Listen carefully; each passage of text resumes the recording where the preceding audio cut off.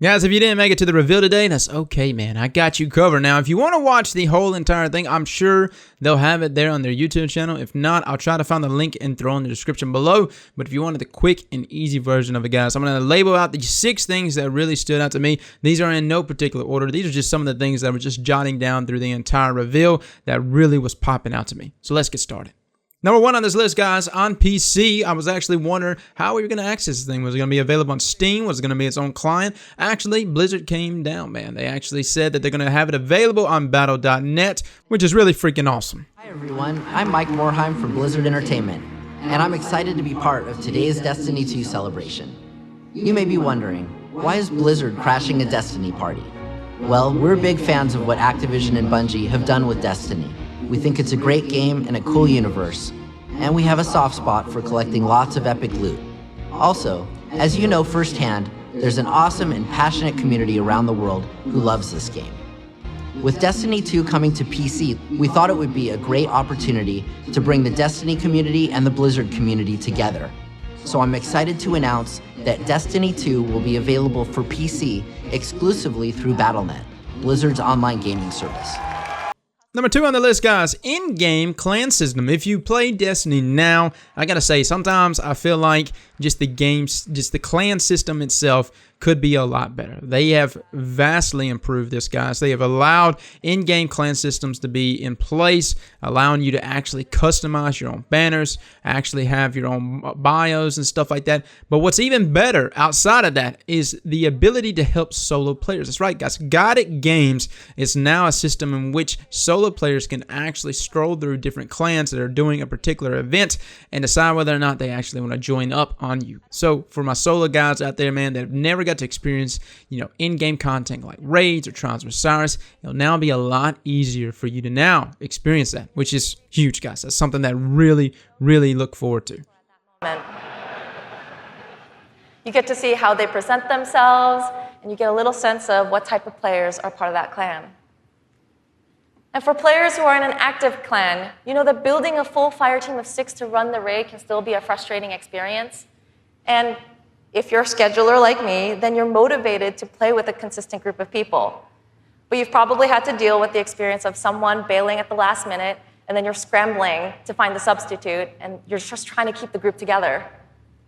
With Guided Games, you'll be able to open up your party to new players who are looking for a group to play with you.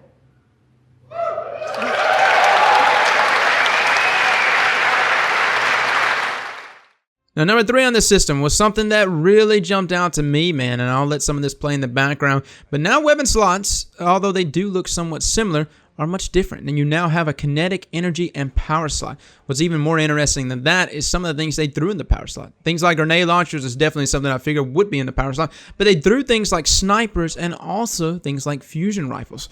Whereas your kinetic and energy slot seems to be taking the place of 2 primaries, things like hand cannons and sidearms. And what's so funny is that first primary slot actually is being taken up as a sidearm. Now, again, it's now kinetic, energy, and power slots. So gonna have to really throw out that primary special heavy slot thing that we've got going on here in Destiny 1, but we'll get used to it.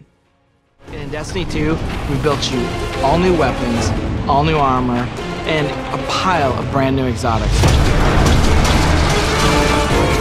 We also redesigned the weapon slots. They're gonna have a kinetic weapon, an energy weapon, and then a power weapon.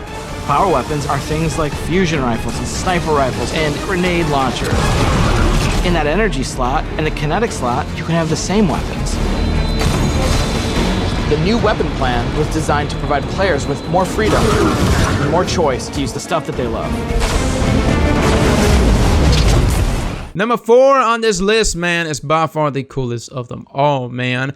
Dawn Blade, which is essentially a Sunsinger with a fucking sword, going ham, man. Not only can you go ham with the sword physically, you can also sling that shit, which is pretty damn awesome. You want to be Captain America? Hey, Sentinel is where it's at. Defender Titans really kick it up a notch, man, and you can throw the shield bouncing all over the place, man. I am so looking forward to playing my Titan. And then the third thing, if you've got a problem with short stopping on your arc blade, look no further. You're now given a spear to really jump around and hop around on people, and that thing doesn't look like it misses. So, new subclasses, guys, looks freaking awesome.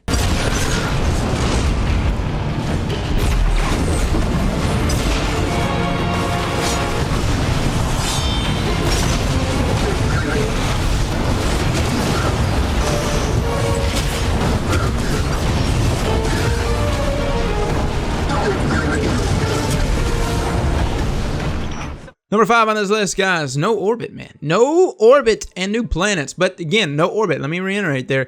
There is no longer the ability for you to have to go to orbit to travel to another location or another place or to a live event in some other far-off location. Now you can go straight there from wherever you're at, which is actually extremely nice. Not only is that going to be the case, but live events will now be pinging up on your map. You'll actually be able to see when public events are going on, which is extremely nice. It keeps us from having to go to those browsers and having to sit there and wait for when those public events go live. Instead, we'll now be able to see them right there on our map and travel to them directly. By factor 2, and we have found a refuge where we've built a camp. It's the place where humanity stops fleeing, and it's where they decide to, plant a flag, start getting strong again.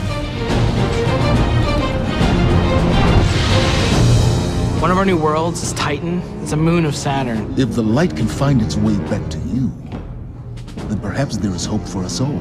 That's where Zavala chooses to go to heal his wounds and to recover from the assault and the defeat that he's just suffered.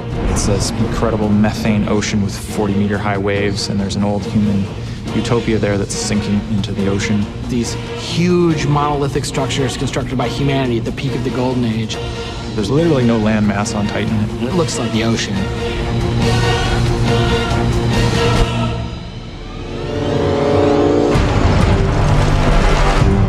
Hurry, come on. I don't know how long this portal's gonna stick. Cade is on a planetoid called Nessus. It has been totally occupied by the Vex. They have transformed it almost entirely into one of their machine worlds. It has its own native vegetation, and the landscape has these incredible canyons that are actually based off of this word I will mispronounce called Tepui, which is like these Brazilian plateaus. And then we go to Io, which is this sort of sulfuric yellow moon of Jupiter.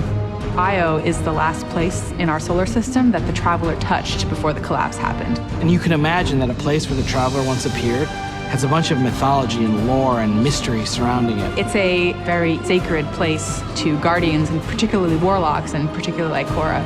This is where I return.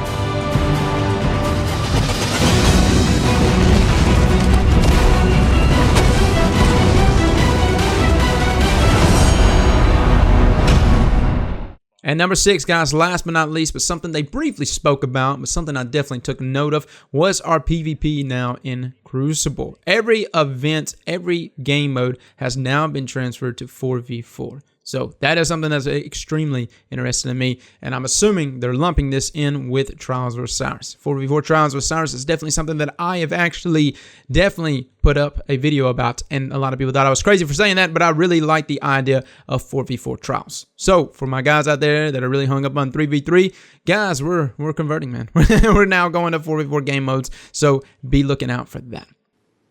It's now 4v4 across all the game modes. Yeah.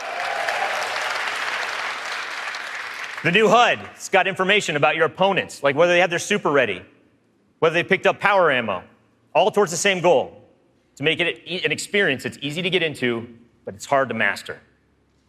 Yeah.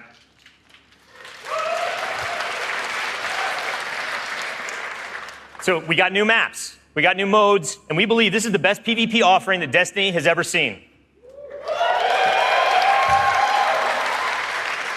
Today we're introducing one of the brand new modes. It's called Countdown, the first ever attack defend mode in Destiny. Internally, we've had some pretty intense play tests. And today, well, you guys are gonna get to play that too. So, yeah. There's a lot of other stuff they included, a lot of other trailers, but if you've got time that's very limited, man, I hope this video helped you. If you enjoyed this, then hit the like button, guys. We'll be going to hype it up all the way to D2, man. They did not announce the beta for my guys that are wondering out there. They just said later this summer when the beta will actually be available, and so I'm assuming a date will be tweeted out as we approach summertime.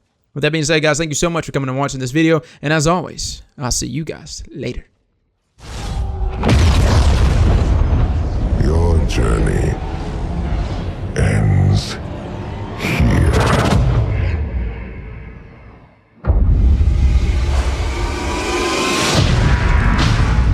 This enemy has taken our home. And now, they threaten our very existence.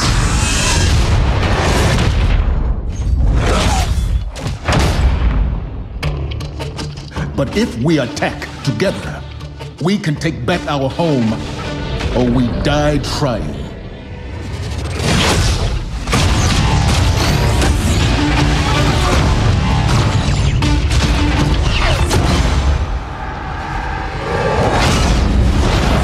All right, Guardian, time to kick him where it hurts.